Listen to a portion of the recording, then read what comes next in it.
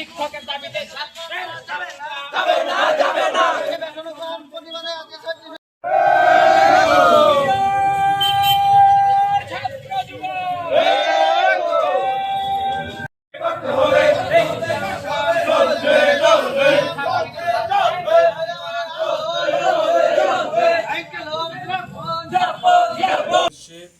ডেপুটেশনে মিলিত হয়েছি।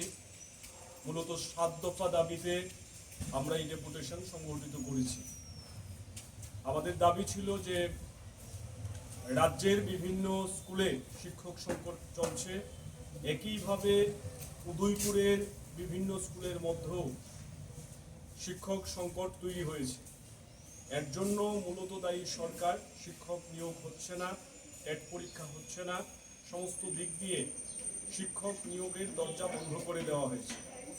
এই পরিস্থিতিতে আমরা জেলা শাসকের উদ্দেশ্যে দাবি করেছি যে উদয়পুরের সমস্ত স্কুলে এবং নেতাজি সুভাষ মহাবিদ্যালয়ে পর্যাপ্ত শিক্ষক নিয়োগ করতে হবে। এর জন্য জেলা প্রশাসনকে প্রয়োজনীয় পদক্ষেপ করতে হবে।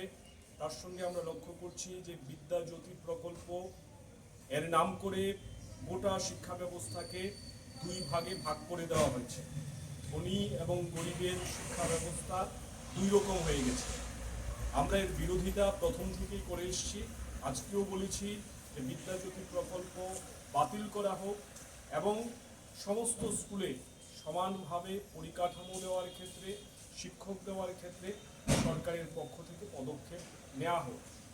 তার সাথে বিভিন্ন হোস্টেলগুলি উদয়পুর মহকুমা এলাকায় চূড়ান্ত অব্যবস্থায় ভুগছে। যারা এই হোস্টেলের আবাসিক ছাত্র, তাদের দুরবস্থার মধ্য দিয়ে দিন যাপন করতে হচ্ছে। একেবারে সুনির্দিষ্ট তথ্যসহ এই চিত্র তুলে ধরা হয়েছে। জেলা প্রশাসনের তরফ থেকে যিনি আমাদের ডেপুটেশন গ্রহণ করেছেন, উনিও বলেছেন যে ওনাদের তরফ থেকে নির্দিষ্ট যে পদক্ষেপ করার মতো সুযোগ আছে সেই সুযোগ ওনারা গ্রহণ করবেন। এছাড়াও অন্যান্য আরও বিভিন্ন দাবি বর্তমান সময়ে শিক্ষা ব্যবস্থার সঙ্গে যেগুলি অত্যন্ত প্রাসঙ্গিক, সেই দাবিগুলি আমরা তুলে ধরেছি।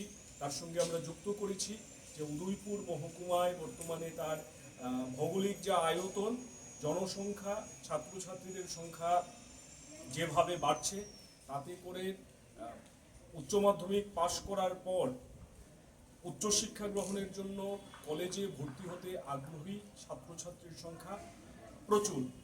কিন্তু এই মহকুমায় একটিমাত্র কলেজ রয়েছে, নেতাজি সুভাষ মহাবিদ্যালয়। সেই কলেজের মধ্যে স্থান সংকুলান করে দেওয়া ছাত্রছাত্রীদের সম্ভব হচ্ছে না। মহকুমার ছাত্রছাত্রীদের এই মহকুমার বাইরে গিয়ে অন্যত্র ভর্তি হতে হচ্ছে। যারা নিম্নবিত্ত গরিব, তাদের অন্য মহকুমায় গিয়ে পড়াশোনা করা প্রচুর পরিমাণে কষ্টসাধ্য।